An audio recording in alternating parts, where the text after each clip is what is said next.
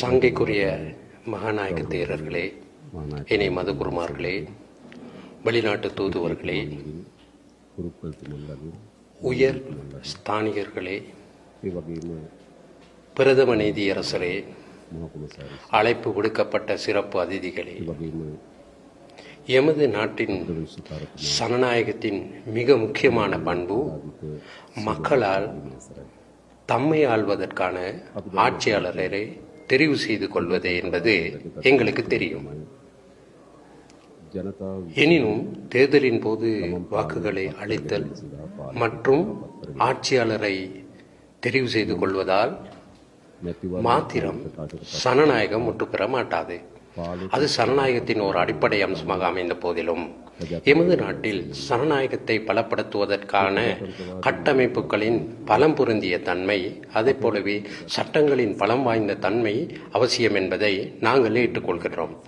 எனவே நான் முதலில் எமது நாட்டு மக்களுக்கு ஒரு விடயத்தை ஞாபகப்படுத்த விரும்புகிறேன்.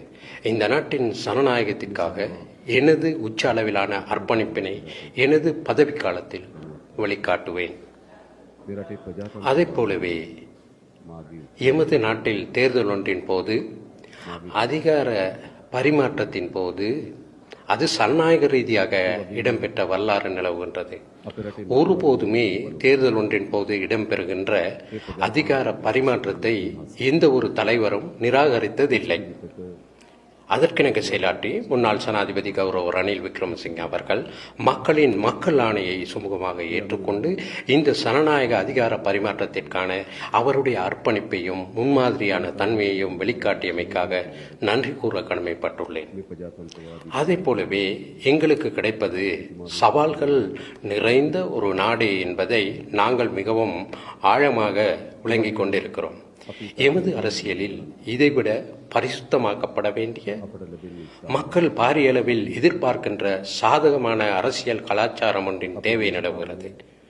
நாங்கள் அதற்காக அர்ப்பணிப்பு செய்ய தயார். எமது நாட்டின் அரசியல்வாதி மற்றும் அரசியல் பற்றி பிரஜைகள் மத்தியில் பாதகமான ஒரு அபிப்பிராயமே நிலவுகிறது. அது பொருத்தமற்ற ஒரு இடமென்றே கருதுகிறோம். எனவே நாங்கள் எமது பக்கத்தில் உச்ச அளவில் மீண்டும் அரசியல் பற்றியும் அரசியல்வாதி பற்றியும் மக்களின் நன்மதிப்பினையும் நம்பிக்கையையும் ஏற்படுத்துவதற்காக எமது தரப்பில் ஆற்றக்கூடிய பணிகளை ஆற்ற தயார். அத்துடன் எங்களுக்கு கிடைக்கின்ற இந்த ஆழமான நெருக்கடியானது வெறுமனே ஓர் அரசாங்கம் அல்லது அரசியல் கட்சி அல்லது ஒரு தனிநபரால் மாத்திரம் கடந்து செல்லக்கூடிய நிலையில் இருப்பதாக நாங்கள் நம்பவில்லை. ஏனென்றால் நான் இதற்கு முன்னரும் நான் ஒரு மாயாஜால வித்தைக்காரன் அல்லவென கூறியிருக்கிறேன். நான் ஒரு மெஜிக்காரன் அல்ல. நான் இந்த நாட்டில் பிறந்த ஒரு சாதாரண பிரஜை. ஆற்றல்கள் இருக்கின்றன, ஆற்றாமைகளும் இருக்கின்றன, நாம் அறிந்த விடயங்களும் இருக்கின்றன, அறியாத விடயங்களும் இருக்கின்றன. ஆனால் என்னுடைய முதன்மை பணி ஆற்றல்களை உறிஞ்சி எடுத்து அறிந்தவற்றை ஒன்று திரட்டி மிகச் சிறந்த தீர்மானங்களை மேற்கொண்டு இந்த நாட்டை நெறிப்படுத்துவதாகும். அதனால் அந்த கூட்டான இடையீட்டின் பங்காளியாவதே என்னுடைய பொறுப்பாகும்.